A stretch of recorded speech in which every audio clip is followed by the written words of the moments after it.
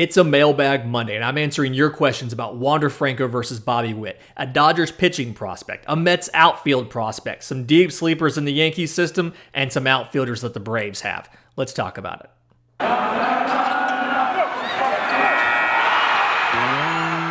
You are Locked On MLB Prospects, part of the Locked On Podcast Network, your team every day.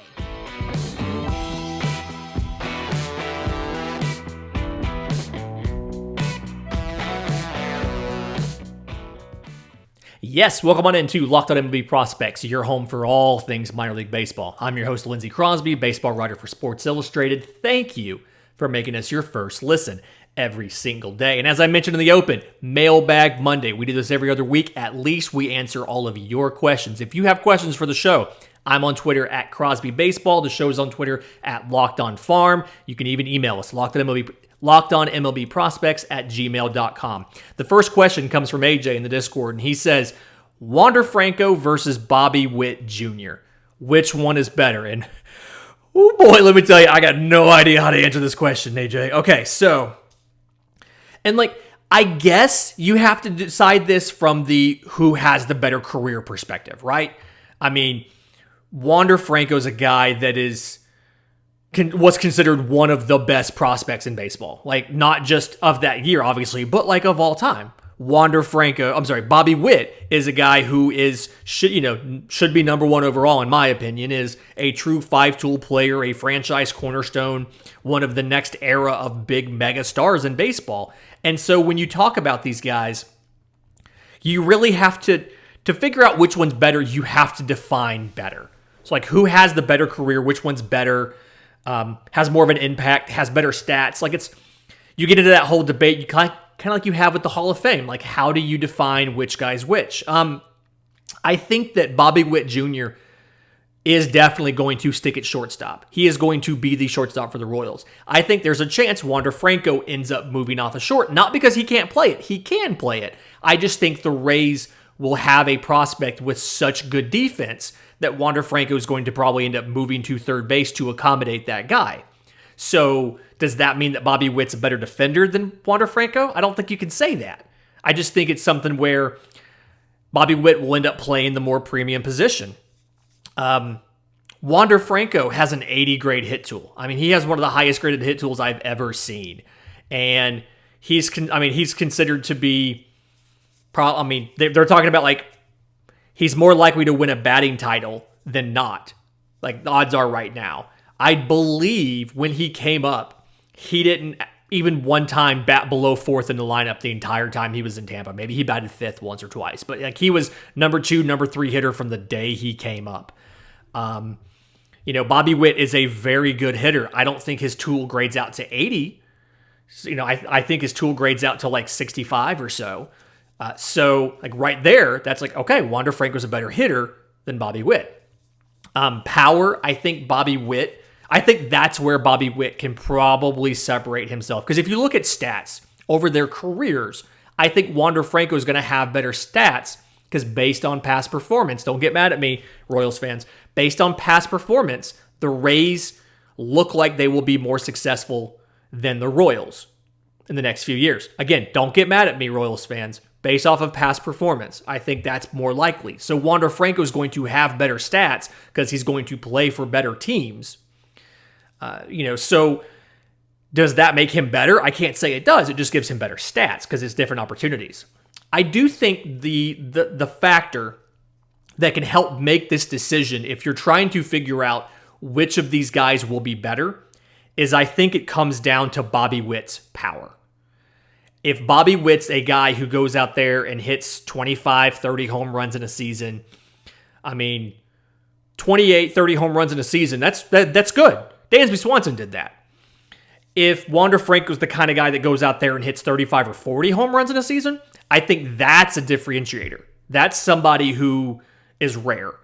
And I think that's probably, if Bobby Witt has a 35 or 40 home run season while playing shortstop, and Wander Franco has a season where he bats 320, 340 or whatever, with 15 home runs, maybe 20 home runs at third, I think that's probably the place where you can say, okay, if that happens, Bobby Witt's probably the better player. But in all likelihood, I expect until we get evidence otherwise, because we've seen one guy do it and we haven't seen the other guy do it.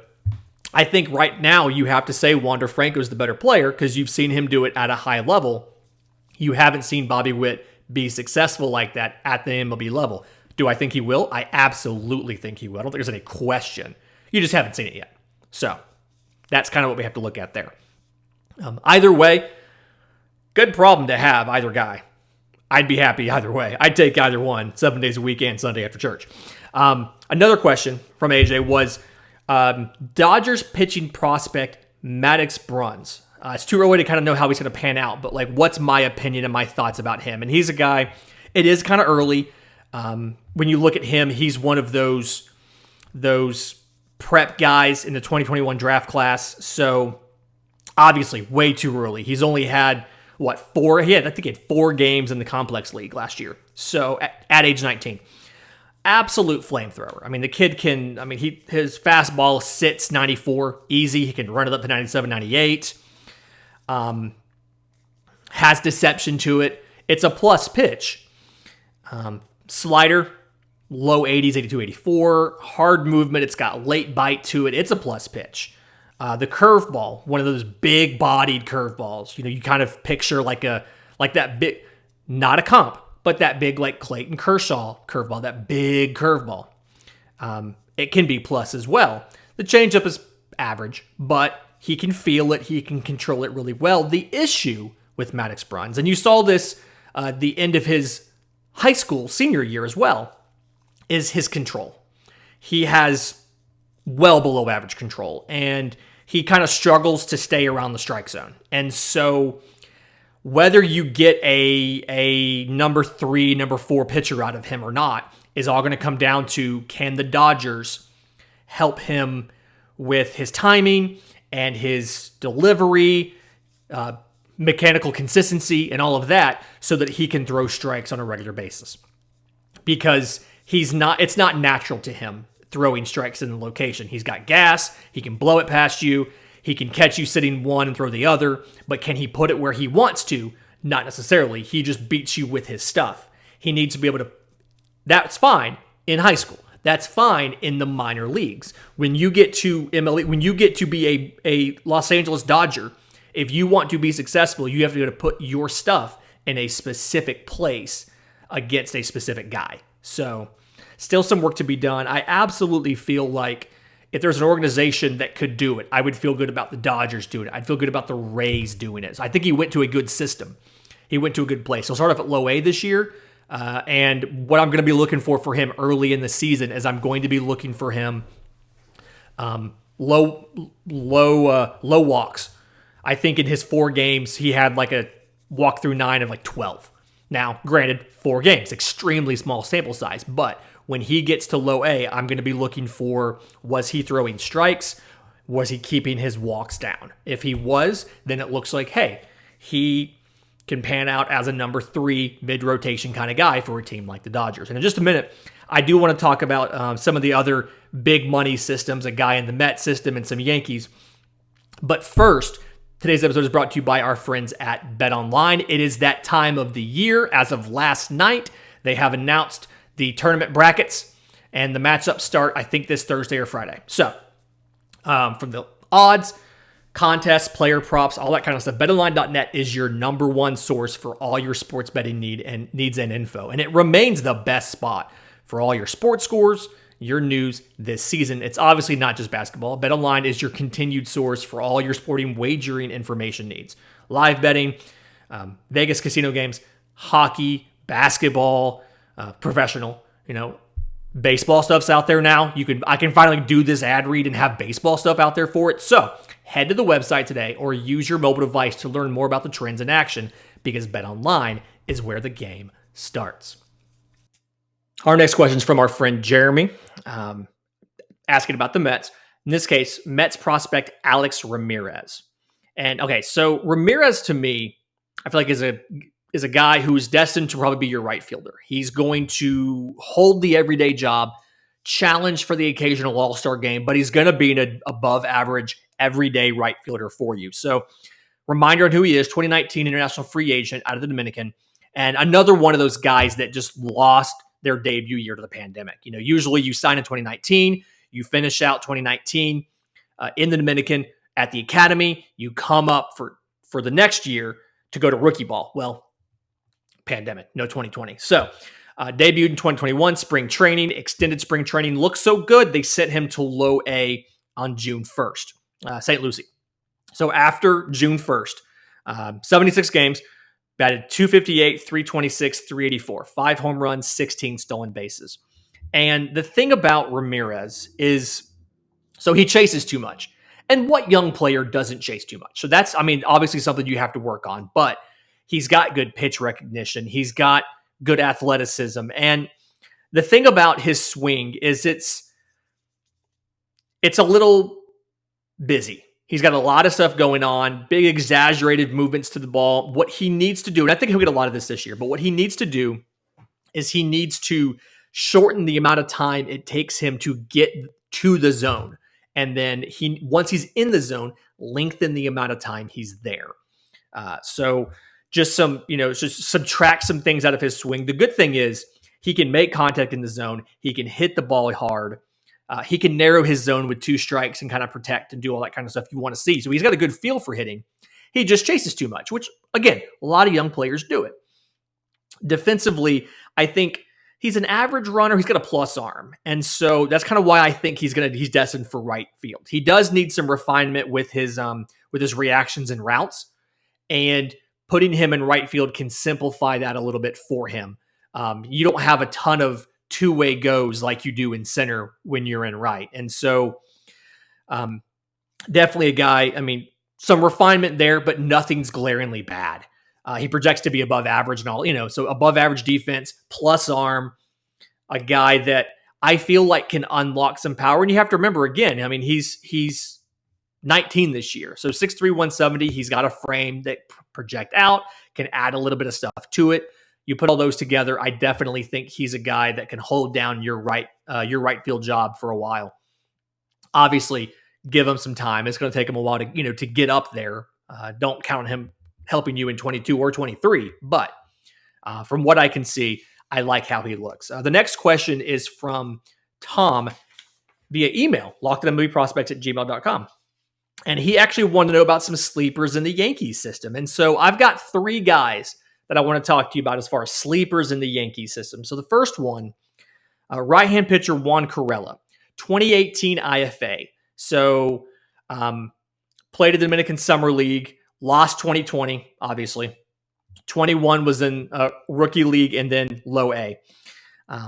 Low A numbers don't look great. And I'll just admit that up front. Low A numbers don't look great for him. But he's a guy that, mid-90s on his fastball. He can run it up a little higher when he needs to. Slider looks to be a plus pitch. And he's going to be 20 this year in low A and then high A. And I just think that kind of given what we saw from him at the Complex League last year, before he got the 6 games of low A ball, what we saw of him, I definitely think he can pop. Even when he was in low A, his issue was walks. He walked 18 guys in 20 innings.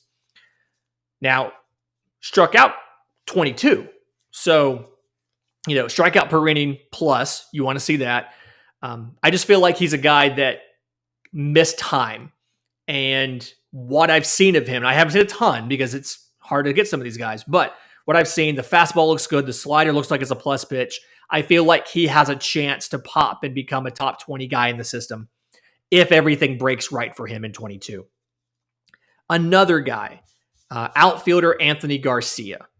So the thing about Garcia is, one, he's been in the system for a while, okay? But absolutely silly power. So he was a free agent in 2017, and I think he's probably one of the best power hitters in the system. Just silly power. He's got really high quality at-bats, which I like. He's getting better with the swing and miss stuff. And that was an issue for him. He was the only minor leaguer last year that had 14 or more home runs with less than 130 at-bats. He just missed a bunch of time. And so double plus power, both sides of the plate, which is rare. You don't usually see guys who have it from both sides. Average exit velo is like 91. Max exit velo is 116. Highest in the organization. Again, stupid power. Still strikes out 1/3 of the time, but his chase rate's not bad for a guy that does that. He was in there as an outfielder. He's played mostly first base. Doesn't look that great doing it. He may be a first base DH kind of guy. Also kind of slow. I've seen 30 grade. I've seen 20 grade on his speed. He's pretty slow too. So he's a guy who is going to go back to low A or high A this year. And he's going to go out there and have an OPS of 1,600, crush balls. He's going to strike out a bunch. If he can get more consistent contact with less strikeouts and can give you something in the field, anything. And keep in mind, he's just now 21. But if he can give you something, anything in the field, then I think he's a guy that can definitely become a power hitter, can be a first base DH kind of guy. Again, not making player comps, not saying he is this good, but a career kind of like a David Ortiz kind of guy. Mostly a DH, plays first base some, can just absolutely mash a ball. Third guy, part of this is because I just love lefty pitchers. I had to find one when I was doing a bunch of film. But Brock Selvich. So third round guy in 2021. And a fastball guy that isn't has good speed, which I feel like a lot of lefties finding that velo doesn't always happen. So peaks around 95. He's got 2 breaking pitches that are average to plus, average to above average. Slider is low 80s. The curveball, I think, can be plus if he develops it. He actually stopped throwing it. The Yankees brought it back. So he had a rough 2021. I think part of this was missing time because of the pandemic. He probably would have been a first rounder. Year didn't go as planned. He went to the draft combine. Yankees took him in the 3rd round. But yeah, he scrapped the curveball. The Yankees wanted to bring it back. They have a lot of belief in that. And then he's got a changeup. And the changeup is one of those tumbling changeups. He's got good conviction to it. It pairs really well with the fastball. So it looks like the fastball as far as arm speed goes and release point and all of that. It's not as consistent as his other pitches, but I think it could be at least an average, if not better pitch. So you're looking at a 4-pitch mix with the kid. And, had issues with command his senior year. And again, I think part of that was losing a year of playing when he was in high school. Great mental makeup, super competitive kid. And so I think he'll go to low A Tampa this year. I could see him as a number 4, number 5, back of the rotation guy who eats innings. And if everything clicks, can be your number 3 in a pinch kind of guy, which the Yankees are going to need guys like that. I mean, that's the kind of guy that you need in your system. So if he can get more consistent with his control and his command, I think he absolutely can be an asset for you. And in just a minute, I do want to, when we're talking about debates and which guy's better, I have a question here about some of the Braves outfield prospects that may or may not get moved for Matt Olson if they don't re-sign Freeman. But first, today's episode is brought to you by our friends at Built Bar. Built Bar is the protein bar that tastes like a candy bar. All Built Bars are covered in 100% real chocolate. They taste good and they are good for you. Most Built Bars have 130 calories, 17 grams of protein, only 4 grams of sugar, and 4 net carbs. So take all of the stashes of candy bars and stuff like that. My office is bad about this. My office has chocolate candies and Starburst and stuff all over. And I'm like, just get rid of this. Take it out of my office. I don't want the little candy dish in my office. I'm going to stash a couple of Built Bars in my desk. I still get the variety of flavors. Coconut almond, white chocolate cookies and cream. There's a shamrock one right now for St. Patrick's Day. Mint brownie, cherry barcia, all of the flavors, all of the fun stuff, but it's good for me.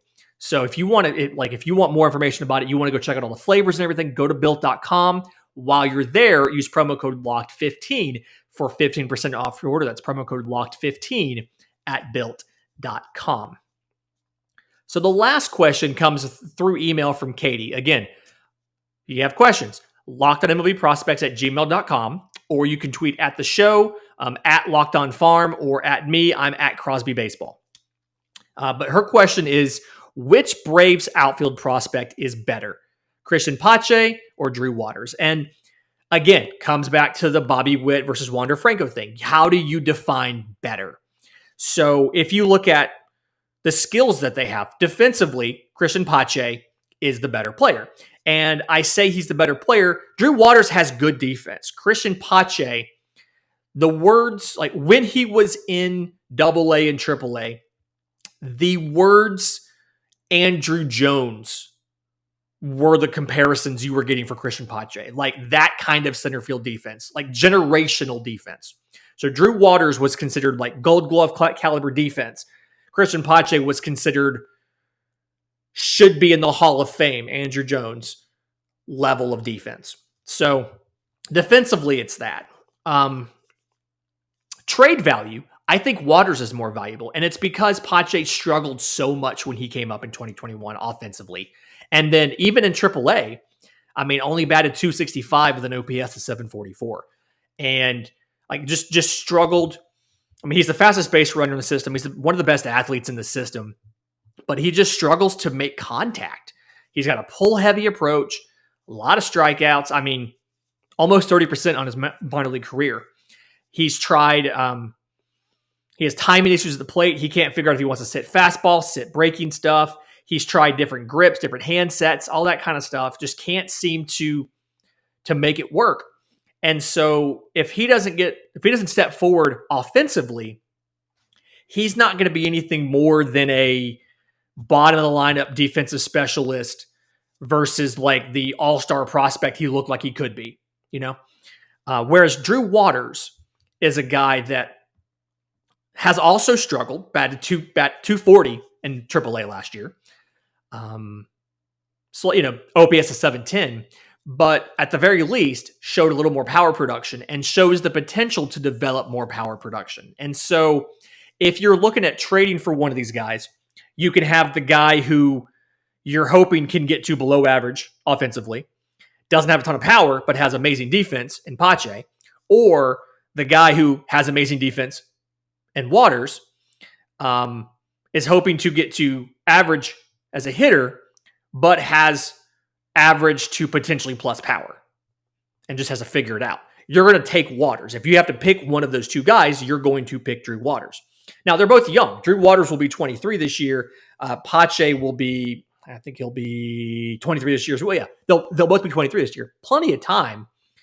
But it's something where, Waters gets like, it's mental for him at the plate. He has to figure out his approach at the plate. He has to be able to understand what pitches he can and can't hit, what he can do damage with, what he has to lay off, what he has to foul off, he has to understand this pitch. All I can do is plop this into left for a single. But his tools are loud. Pache is offensively, there's nothing there. And so defensively, Pache is better. Offensively, Waters is better because there's potential. Trade value-wise, he's better. Overall, better career. I mean, as of right now, I guess for the reasons I said about potential versus kind of what and Franco versus Witt. I said Franco was better as of right now because you have more of a positive track record for him than for Witt at the major league level. It's vice versa here. Waters, I think, has to be assumed to have the better career over Pache simply because Pache has more negative evidence, not in his favor than Waters does right now. Waters has not made it to MLB yet. Waters has struggled at AAA, but still has the potential to turn it around, whereas Pache, you're hoping he can get to below average. I mean, he's giving you just about, it almost makes me think about a Billy Hamilton type. Like he is here to run, to play defense, and we're going to try to see if we can teach him to bunt. That's kind of where I feel like you almost are with Cristian Pache. So we'll see. I really want both of these guys to prove me wrong. I want these guys to come out and have amazing 2022s.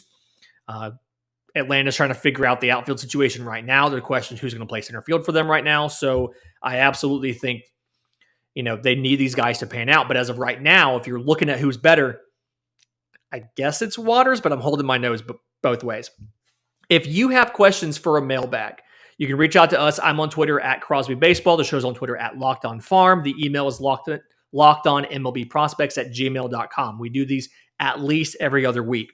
Coming up this week, some great stuff on the show. We have a College Baseball Tuesday. We're talking with our friends from the Astros. We're doing a spring training update with some of the trades that have happened and the compensation and some of the guys who have gotten minor invites to Major League Spring Training. And then we're finally going to do the final Farm Friday for the National League West. I recorded the entire show last week, had it ready to go, signed a CBA on Thursday afternoon. So I dumped it. We're going to re-record it. We're going to put out this Friday. We'll finally do our farm update for the National League West. I hear you. I got your emails about, hey, where's the West? Where are the, where's the national? Like, we're getting there. I promise the NL West will get their Farm Friday. It's coming this week unless something monumental happens on Thursday. So if you have questions, reach out. If you're watching on YouTube, thank you. It really does mean a ton. I hope you do us a favor, like and subscribe. Again, it really does help the show a ton. Subscribing that puts us in more people's feeds, helps more people learn about the show. If you have questions, send them to us. Until we talk again, this has been Locked on MLB Prospects.